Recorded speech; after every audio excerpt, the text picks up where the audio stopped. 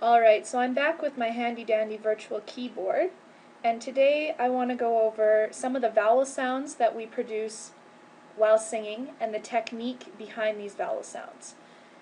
The reason that there is a technique behind these sounds is because generally it's thought that music comes out of the mouth, which makes sense, right? But what we want to think of, and what I find it helpful to think of, is that it's actually the sound that you're making is being pulled through your nose.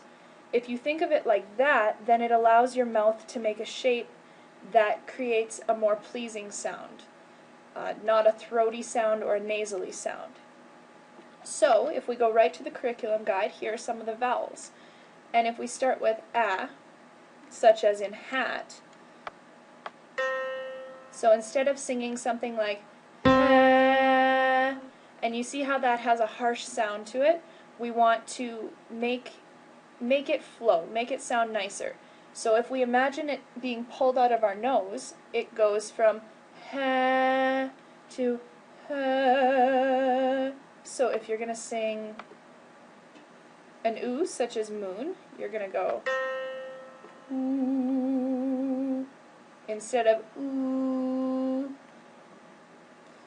If we look at something like the I sound, it's fairly straightforward.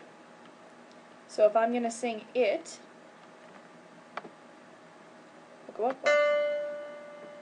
It's very easy for it to sound very nasally. You can go I, and that's very nasally. That's not a pleasing sound.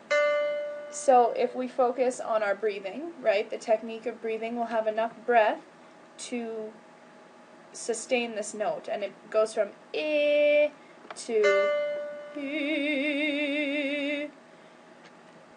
It's important to know these vowel sounds, and the more that you do it, the more you will hear if you're making a mistake or hear if it doesn't sound quite right.